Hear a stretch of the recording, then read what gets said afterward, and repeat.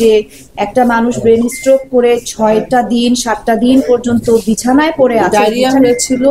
হ্যাঁ, বিছানাতেই বাথরুম করছে। ডায়রিয়া হয়েছিল, এটা বিছানাতেই করছে। হ্যাঁ, মানে তারপর বললো সুস্থ আছে, ভালো আছে। ও না, ভালো আছে, সুস্থ চাচ্ছে, কথা বলতেছে, তো ভালো আছে, সুস্থ হয়ে যাবে। এগুলো আসলে সন্দেহ। এটা তো আপনাদের কাছে কি মনে হয়? এটা তো সন্দেহেরই ব্যাপার, কারণ এত লুকানো তো কিছু নাই। হ্যাঁ, প্রপার চিকিৎসা কি সে পেয়েছে? ওরকম ভাবে তো পায় না। সঠিক সময় তাকে কিন্তু হসপিটালে নেওয়া হয়নি, 15-20 দিন পরে তাকে হসপিটালে নেওয়া হয়েছে। আচ্ছা পলি আপু, আপনার কাছে কি মনে হচ্ছে বা মুক্তি আপুর কাছে এটা কি পরিকল্পিত কি খুন কিনা, এটা প্ল্যান করে এমন কি হতে পারে কিনা? কারণ যেহেতু 14-15 দিন ধরে সে এমন একটা অবস্থায় আছে, মনির কথা যদি আমরা বলে থাকি, মনির সাথে নাকি অনেকেই যোগাযোগ করার চেষ্টা করেছে, শিল্পী সমিতি থেকেও চেষ্টা করেছে, কিন্তু সে বারবারই নাকি বলেছে যে সে ভালো আছে, ভালো আছে, সুস্থ আছে। তোমরা এইটাকে আপনারা তাকে কি কোশ্চেন করেছিলেন যে এতদিন যে অসুস্থ ছিল আমাদের কেন? আমি তো তাকে মারতে গিয়েছিলাম। আমি কি বললাম যে এই জিনিসটা আমি এটা চাওয়া হচ্ছে যে উনি এত মানে অবহেলায় কেন, হ্যাঁ সেটাই, সত্যটা উদ্ঘাটন হোক। কারণ উনি যখন আইসিইউতে, উনি যখন ইউনাইটেড হসপিটালে, তখন অনেকেই ওকে কল করেছিল এই মনিকে যে উনি কেমন আছে, অঞ্জনা আন্টি কেমন আছে জানার জন্য। সে প্রতিবারই বলেছে যে ভালো আছে, সুস্থ আছে। ইভেন ওকেও পর্যন্ত মানা করেছে যে বুঝতে পারি না, আরে তোমার সামনে একটা মানুষ এভাবে বিছানায় বাথরুম করে যাচ্ছে, তুমি এটা ডাক্তার দেখাবা না, হসপিটালে নিবা না, সেটা ব্রেন স্ট্রোকের রুগী।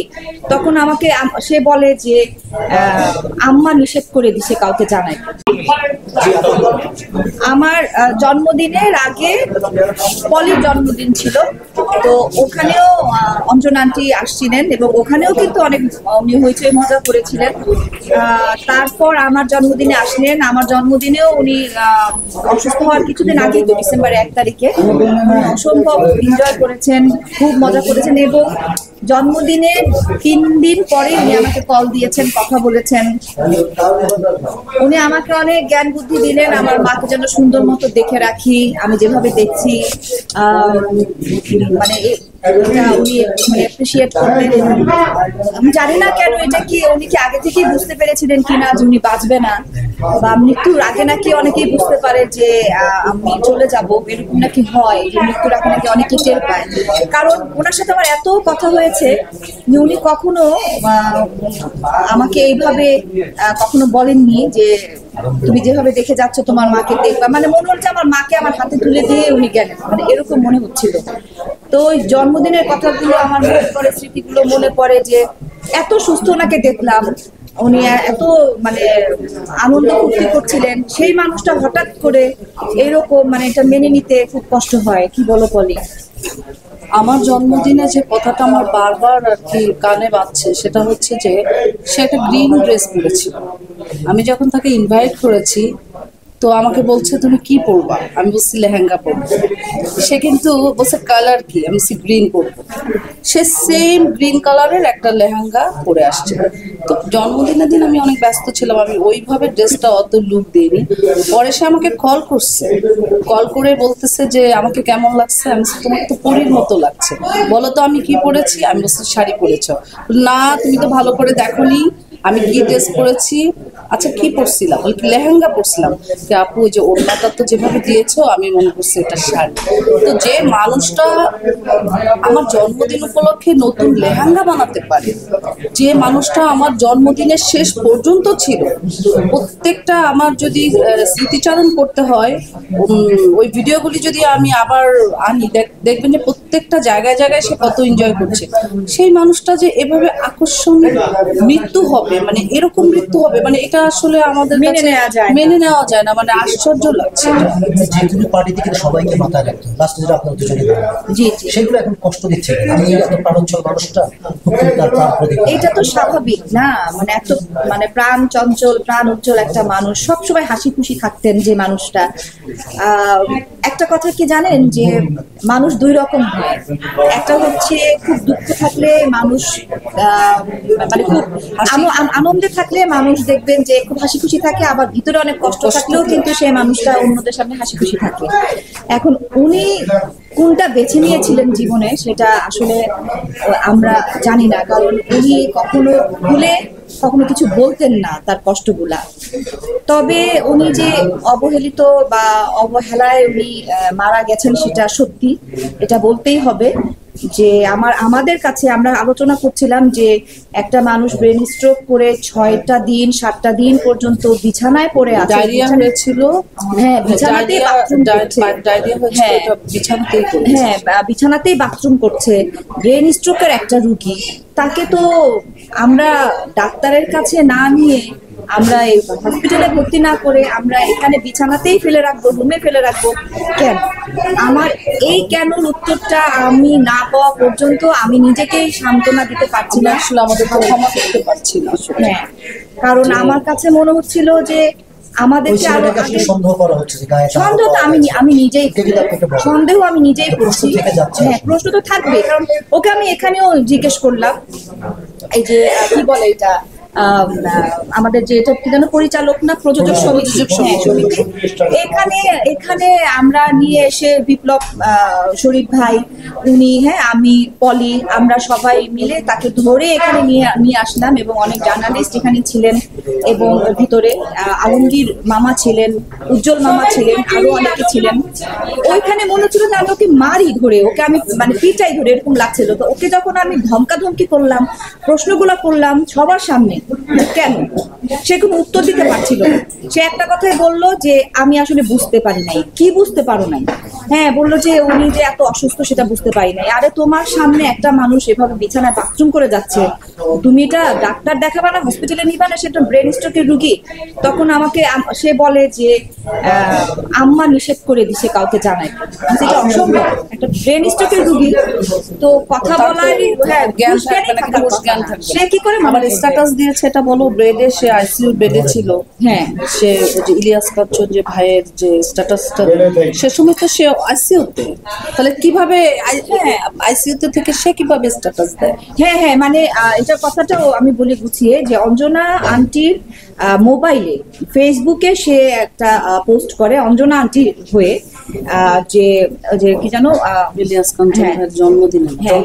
জি জি, রাইট রাইট রাইট, তখন সে আইসিইউ, তখন কিন্তু সে আইসিইউতে। আমরা কিন্তু এটাই ভেবেছি যে অঞ্জনা আপা সুস্থ আছে, কিন্তু আমরা হ্যাঁ, সে এটা বোঝানোর চেষ্টা করেছিল যে উনি সুস্থ আছে।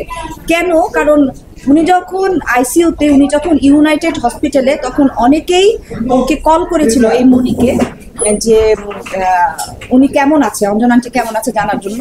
সে প্রতিবারই বলেছে যে ভালো আছে, সুস্থ আছে। ইভেন ওকেও পর্যন্ত মানা করেছে যে আশা রাখবেন। আমি 3বার ফোন করেছি, যেহেতু আমি গুলশানে থাকি, ইউনাইটেড হসপিটালের কাছে ভর্তি ছিল, তো আমি বারবারই মনিকে ফোন করার চেষ্টা করেছি, আমি কথাও বলেছি যে আমি একটু আসি, যেহেতু আমার বাসার কাছে। তো বলতেছে যে আন্টি আসবেন কেন, আপনি তো ঢুকতে পারবেন না। আমি বলি কি যে একটু তুমি যদি, কেন ঢুকতে পারবো না, কাউকে ঢুকতে দিচ্ছে না। মানে তারপর বললো সুস্থ আছে, ভালো আছে। ও না, ভালো আছে, সুস্থ আছে, কথা বলতেছে তো, ভালো আছে, সুস্থ হয়ে যাবে। এটা তো আপনাদের কাছে কি মনে হয়? এটা তো সন্দেহেরই ব্যাপার, কারণ এত লুকানোর তো কিছু নাই। একটা মানুষ অসুস্থ, সে তো জানাবে যে হ্যাঁ সে অসুস্থ। আপনাদেরকে জানানোর দরকার ছিল সবার আগে, তারপরে জানানো দরকার ছিল শিল্পী সমিতি, আমাদের সবাইকে, প্রত্যেকটা শিল্পীকে তারই উচিত ছিল জানানো। সে এত কিছু কেন গোপন করছে জানি না। এখন এই জিনিসটা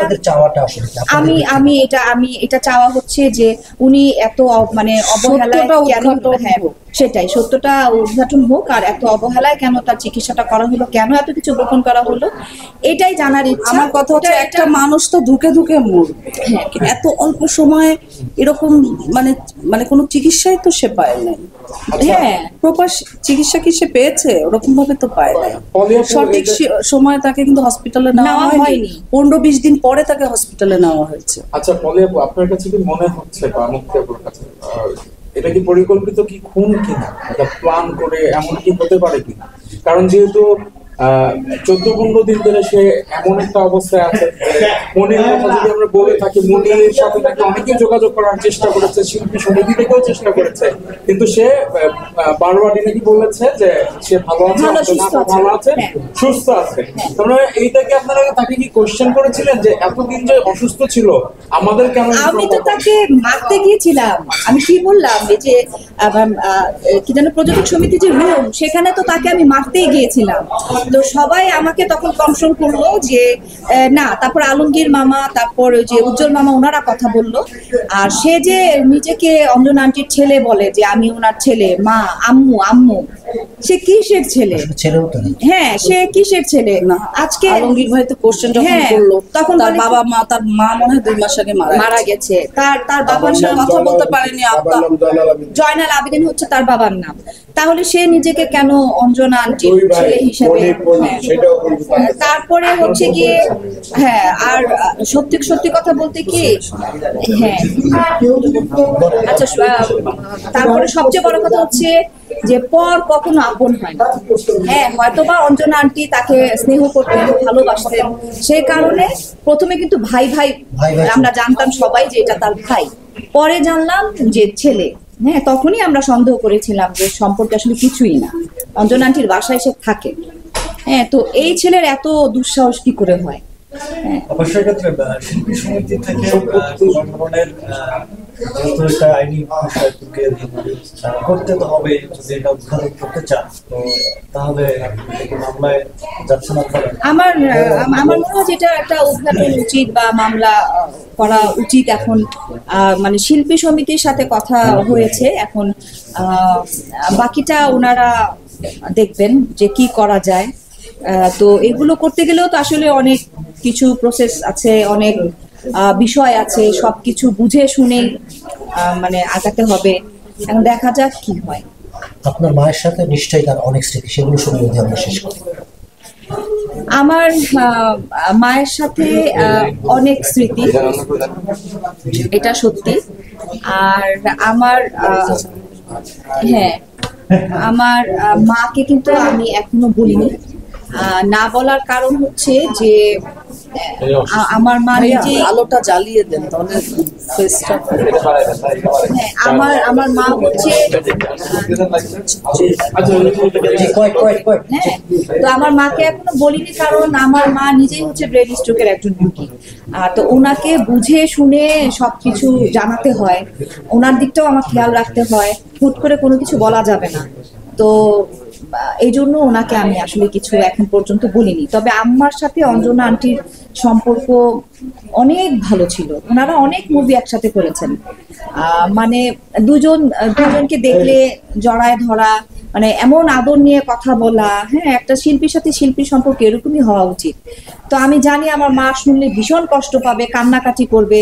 আর এই মুহূর্তে ওনাকে জানানোটা আমার মনে হয় যে না জানানোটাই ভালো, সেই জন্য আমি আসলে বলিনি।